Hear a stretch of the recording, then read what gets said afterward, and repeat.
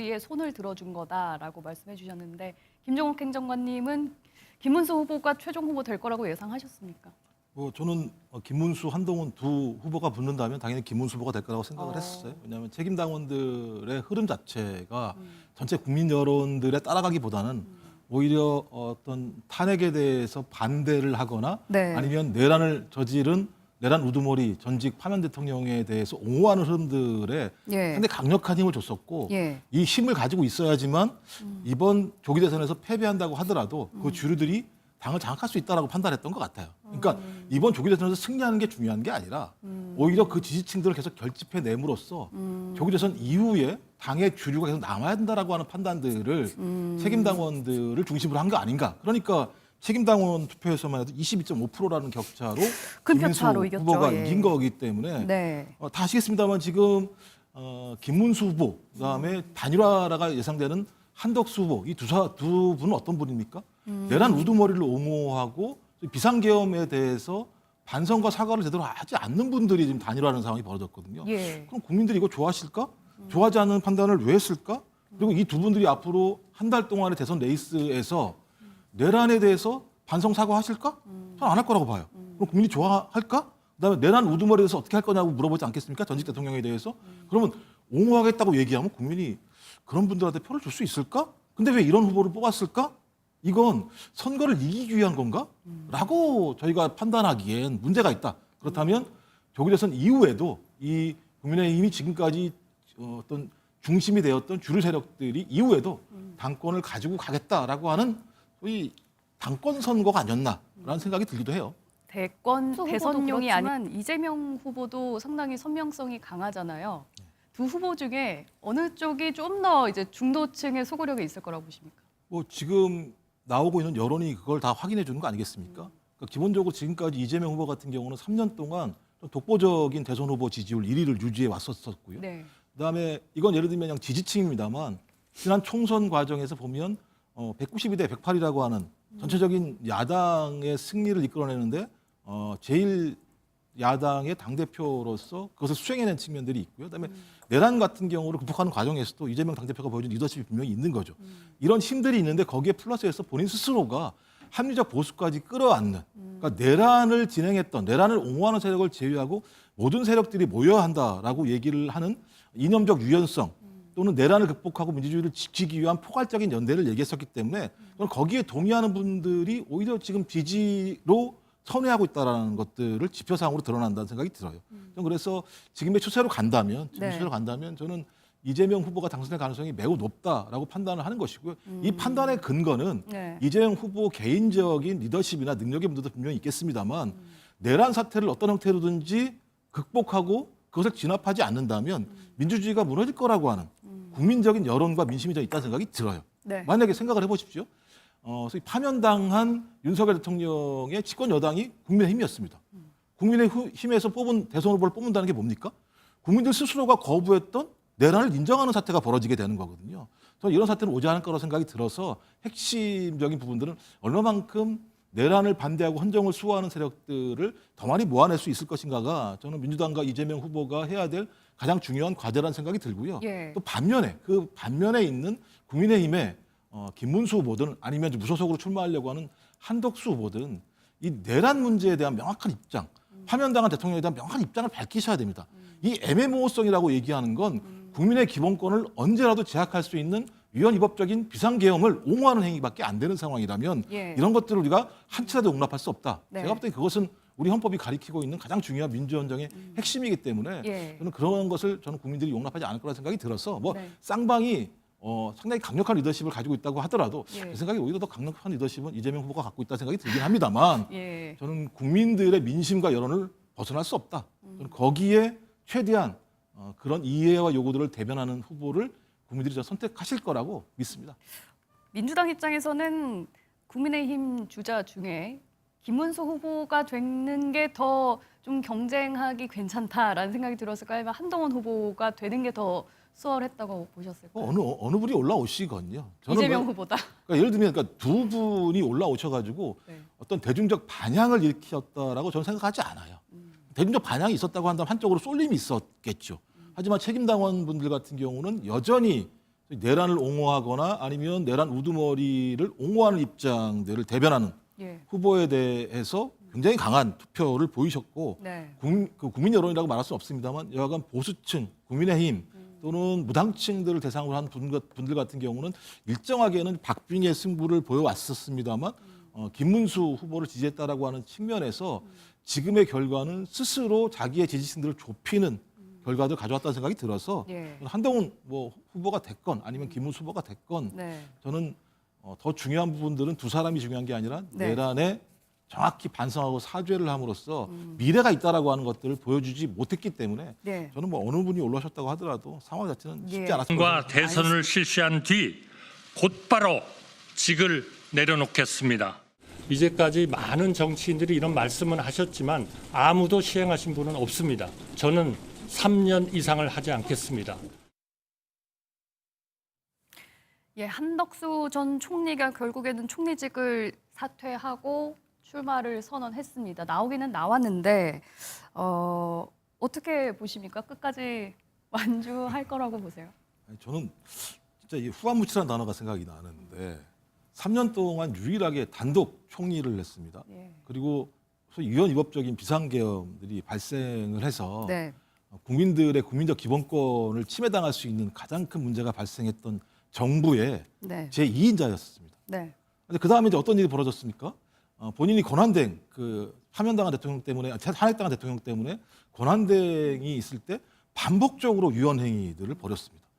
왜 이게 가장 큰 위헌행위냐면 탄핵을 했으면 탄핵을 누가 예를 들면 심리에서 결정을 합니까? 헌재가 합니다. 근데 정당 몫으로 추천된 3인에 대해서 임명을 거부함으로써 네. 헌재가 아무런 판단을 할 수 없도록 만들었던 인물이 또 한덕수 전 총리이기도 합니다. 그 다음에 윤석열 전 대통령이 파면당하고 나서 본인이 국민한테 무슨 약속을 했습니까? 내가 심판 잘 보겠습니다. 조기대선 잘 관리하겠습니다라고 국민 앞에서 얘기를 해놓고 나서 그 말을 한 지 한 달도 안 돼서 대선 후보로 나온 분입니다. 국민한테 거짓말한 분, 위헌행위를 계속 하시는 분, 이런 분을 국민이 선택을 하면 민주헌정이라고 하는 가치, 국민주권이라는 가치가 성립이 될 수 있겠습니까? 네. 전 그래서 적어도 한덕수 전 총리가 국민들에게 사과할 방법은 6월 3일 이전까지 진짜 공정하게 대선을 관리해야 되는 상황에도 불구하고 본인이 막 심판 보겠다고 휘슬을 불고 있다가 갑자기 아니야 내가 뛸래라고 말씀하시는 분이에요. 예. 저는 저런 분들이 완주한다면 대한민국 민주헌정이 건강할 수 있을 것인가? 그리고 국민들이 저걸 용납할 수 있을 것이라는 생각이 들기 때문에 예.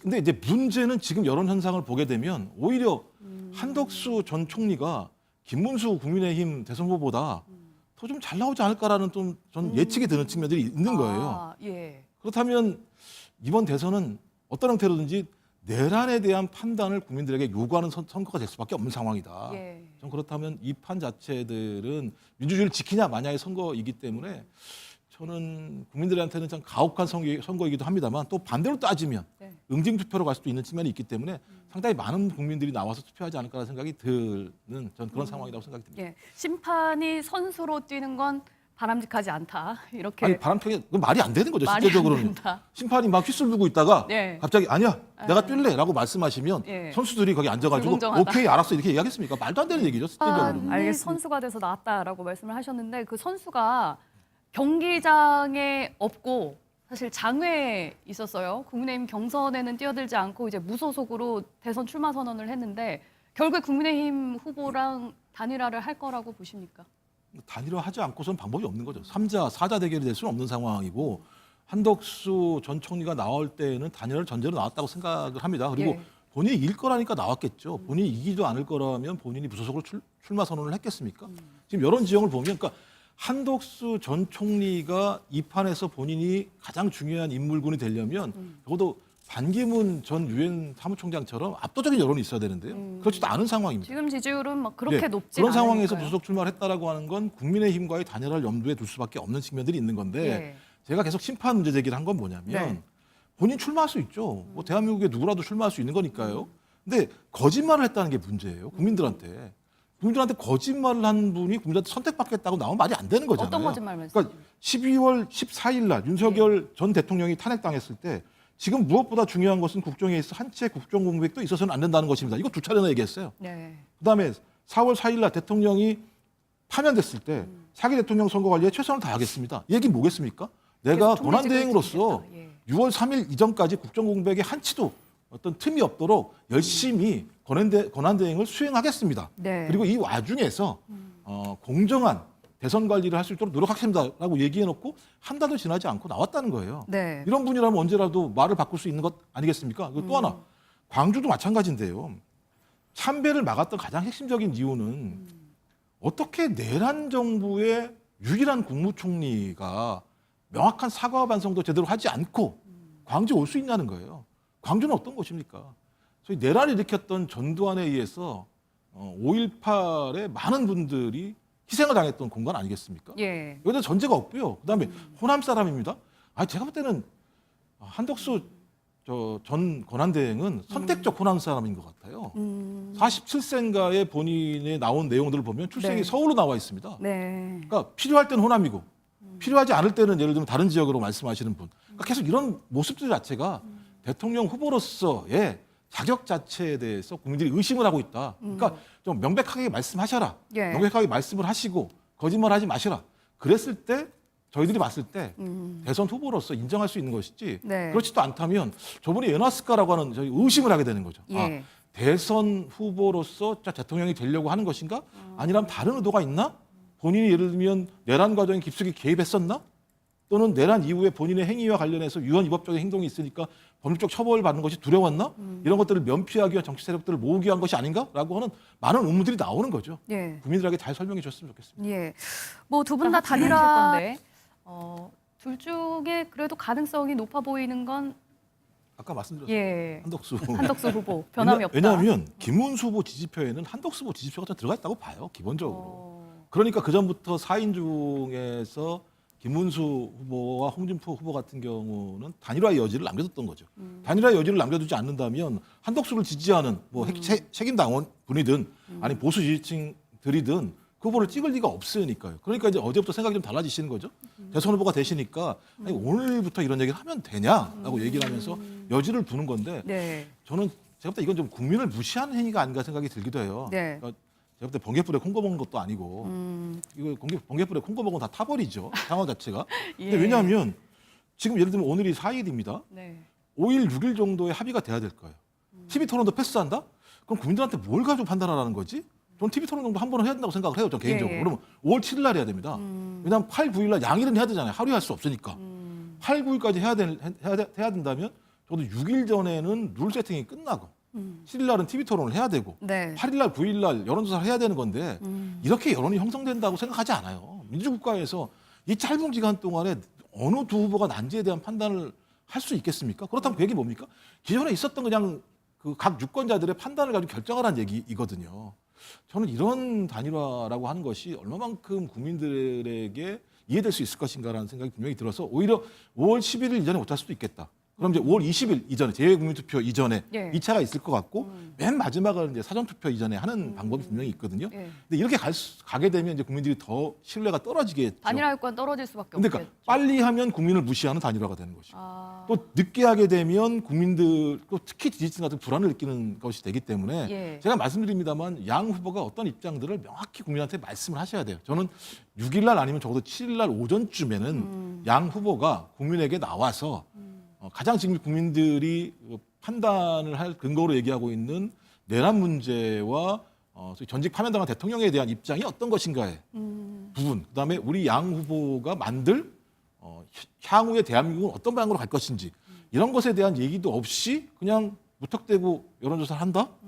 제가 볼 때는 완전히 국민을 무시하는 단일화일 수밖에 없기 때문에 예. 그런 조치를 취하지 않는다면 저는 국민들이 훨씬 더 실망하고 화나지 않으실까요? 저는 그렇게 생각합니다. 단일화 효과는 언제 하든 별로 효과를 보지 못할 거라고 보시는 거네요.